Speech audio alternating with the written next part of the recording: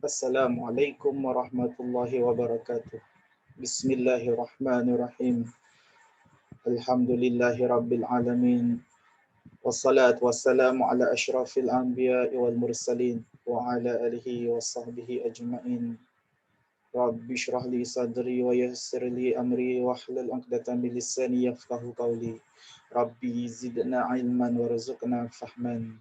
Alhamdulillah, bersyukur kita kepada Allah Subhanahu wa taala kerana pada hari ini kita sambung lagi pelajaran kita dalam perkara tauhid darjah 2. Insya-Allah pelajaran 2 kita masuk pada pelajaran 2 tauhid darjah 2. Kita akan membicarakan tentang sifat-sifat wajib bagi Allah Subhanahu wa taala. Sebelum kita mula belajar, mari sama-sama kita baca doa. Bismillahirrahmanirrahim. Alhamdulillahi rabbil alamin. Wassalatu wassalamu ala asyrafil anbiya'i wal mursalin wa ala alihi wa sahbihi ajma'in. Allahumma aftah alaina hikmataka wa anshur alaina min khazaini rahmatika. Rabbana shrah lana sudurana wa yassir lana umurana. Allahumma akhrijna min zulumatil wahmi wa akrimna bin nuril fahmi. وافتح علينا بمعرفة العلم ونور قلوبنا وسهل لنا أبواب فضلك يا أرحم الراحمين. Bismillahirrahmanirrahim. Sifat-sifat yang wajib bagi Allah. Bagaimana cara kita beriman kepada Allah Subhanahu wa taala? Cara kita beriman kepada Allah Subhanahu wa taala ada dua cara. Pertama secara ijmali. Apakah itu ijmali? Dan cara kedua, secara tafsili. Apakah itu tafsili? Ijmali ini secara ringkas dan tafsili secara terperinci. Kita lihat lagi, apakah huraian terjemahan bagi dua-dua cara tersebut. Cara ijmali secara ringkas kita dapat tahu di sini kita wajib beriman, wajib percaya bahawa Allah Ta'ala wajib bersifat dengan semua sifat kesempurnaan, kamalat. Semua sifat kesempurnaan itu adalah milik Allah Subhanahu wa taala. Manusia, adakah manusia sempurna? Manusia tidak sempurna. Manusia tidak layak dengan sifat kesempurnaan, kamalat. Hanya Allah Ta'ala sahaja memiliki sifat kesempurnaan. Dan sifat ini tiada terhingga banyaknya. Kemudian kita lihat secara tafsili. Kita wajib beriman bahawa Allah Ta'ala wajib bersifat dengan 20 sifat utama yang akan kita pelajari sebentar lagi. Kita akan sambung di dalam 20 sifat wajib bagi Allah Ta'ala. Kita wajib percaya di dalam 20 sifat yang utama yang dibincangkan, yang disebut di dalam Al-Quran dan hadis Rasulullah sallallahu alaihi wasallam. Pertama, sifat wajib, 20 sifat wajib bagi Allah Ta'ala. Yang pertama iaitu al-wujud. Al-wujud, sifat al-wujud. Pertama, al-wujud artinya ada. Ada Allah Ta'ala. Kita tengok, ada alam ini bermakna adalah Allah Ta'ala. Kalau alam ini tak ada pentadbir, Allah Ta'ala tak ada. Yang kedua, Allah Ta'ala bersifat al-wujud, bermakna Allah Ta'ala ada dan tiada siapa yang menjadikannya. Tak ada sesiapa pun yang menjadikan Allah Ta'ala. Dan kewujudannya tiada permulaan. Tak ada permulaan bagi Allah. Kalau macam manusia, kewujudan manusia ada permulaan. Seperti manusia dimulai dengan Allah Ta'ala wujudkan manusia di dalam rahim ibu. Kemudian lahir ke dunia sebagai bayi. Kemudian sebagai kanak-kanak. Kemudian sebagai remaja, kemudian sebagai dewasa, kemudian sebagai tua, dan diakhiri dengan meninggal dunia. Dan tiada kesudahan. Allah Ta'ala tak ada kesudahan. Tiada kesudahan bagi Allah Ta'ala. Allah Ta'ala tidak akan mati sampai bila-bila. Walaupun hari kiamat. Allah tidak akan mati walaupun hari kiamat. Walaupun malaikat Israfil menyiapkan sangkakala. Di dalam surah Az-Zumar ayat 68 yang disebut di sini, yang saya akan sebut di sini, dan ditiup sangkakala, maka matilah sesiapa yang di langit dan di bumi, kecuali siapa yang dikehendaki Allah. Kemudian ditiup sangkakala itu sekali lagi, maka tiba-tiba mereka berdiri menunggu keputusan masing-masing. Itu maksud daripada surah Az-Zumar. Allah Ta'ala tak akan mati. Yang ketiga, Allah Maha suci Allah Ta'ala daripada sebarang had masa. Allah tidak terikat dengan masa macam manusia. Ada masa tiap-tiap hari yang perlu dikejar. Masa dia akan sampai bila dia dewasa. Masa dia akan sampai bila dia mati.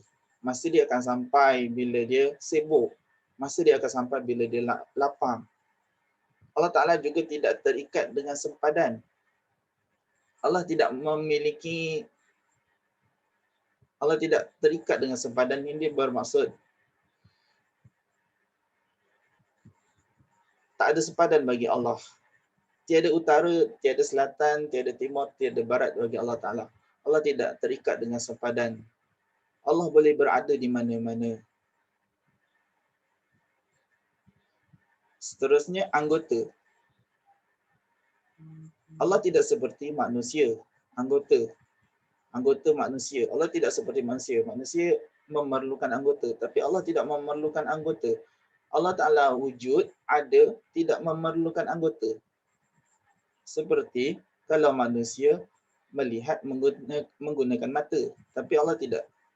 Manusia memegang menggunakan tangan. Tapi Allah tidak. Allah tidak memerlukan tangan. Allah tidak memerlukan mata.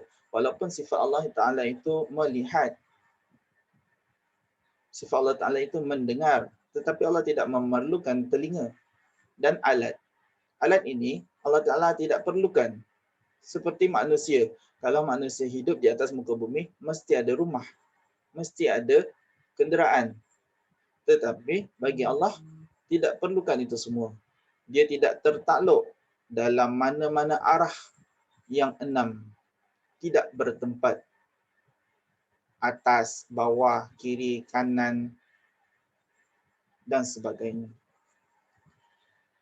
Yang keempat, dalil nakli sifat al-wujud. Kita lihat dalil nakli, dalil yang disebut di dalam Al-Quran. A'udzu billahi minasyaitonir rajim. Qalat rusuluhum afillahi syakkun fatiris samawati wal ard. Yad'ukum liyaghfira lakum min dhunubikum wa yu'akhkhirakum ila ajalin musamma. Qalu in antum illa basyarum mithluna turiduna an tasudduna amma kana ya'budu aba'una fa'tuna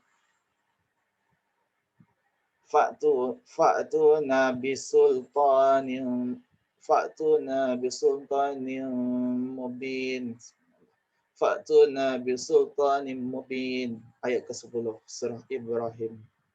Artinya, rasul-rasul mereka bertanya, patutkah berlakunya sebarang keraguan tentang wujudnya Allah yang menciptakan langit dan bumi?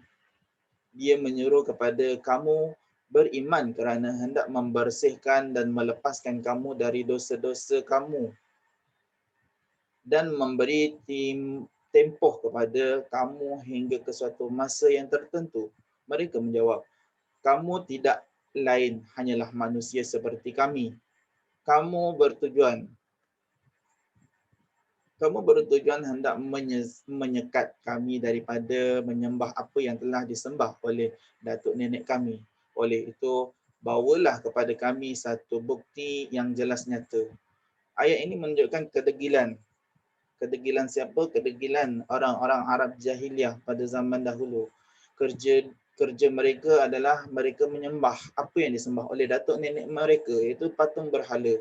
Datang Rasulullah sallallahu alaihi wasallam memberi peringatan dan teguran tentang keraguan wujudnya Allah Taala yang menciptakan langit dan bumi. Sebenarnya Rasulullah hendak membersihkan dan melepaskan mereka daripada dosa-dosa mereka yang telah mereka lakukan. Tetapi dengan perasaan sombong, ego mereka menanyakan semula pada Rasulullah, adakah Rasulullah bertujuan hendak menyekat kami daripada menyembah apa yang disembah oleh datuk nenek kami? Mereka minta lagi, bawalah kepada kami suatu bukti yang jelas dan nyata. Mereka cabar Rasulullah. Inilah yang terkandung dalam surah Ibrahim ayat 10. Sekian, wallahu alam. Sekian, terima kasih. InsyaAllah sebentar lagi saya akan bagi sedikit kuis. Kita akhiri pelajaran kita pada hari ini dengan membaca doa. Bismillahirrahmanirrahim. Rabbana la tuzigh qulubana ba'da iz hadaitana wa hab lana min ladunka rahmah innaka antal wahhab. Ya Fattahu ya Alim, iftah qulubana futuhal arifin. Allahumma inna nastaudi'uka ma 'allamtanahu farduduhu ilaina indaka hajatina ilaihi wa la tunsinahu ya rabbal alamin. Wassallallahu ala sayyidina Muhammad wa ala alihi wa sahbihi wa baraka wa sallam. Alhamdulillahi rabbil alamin.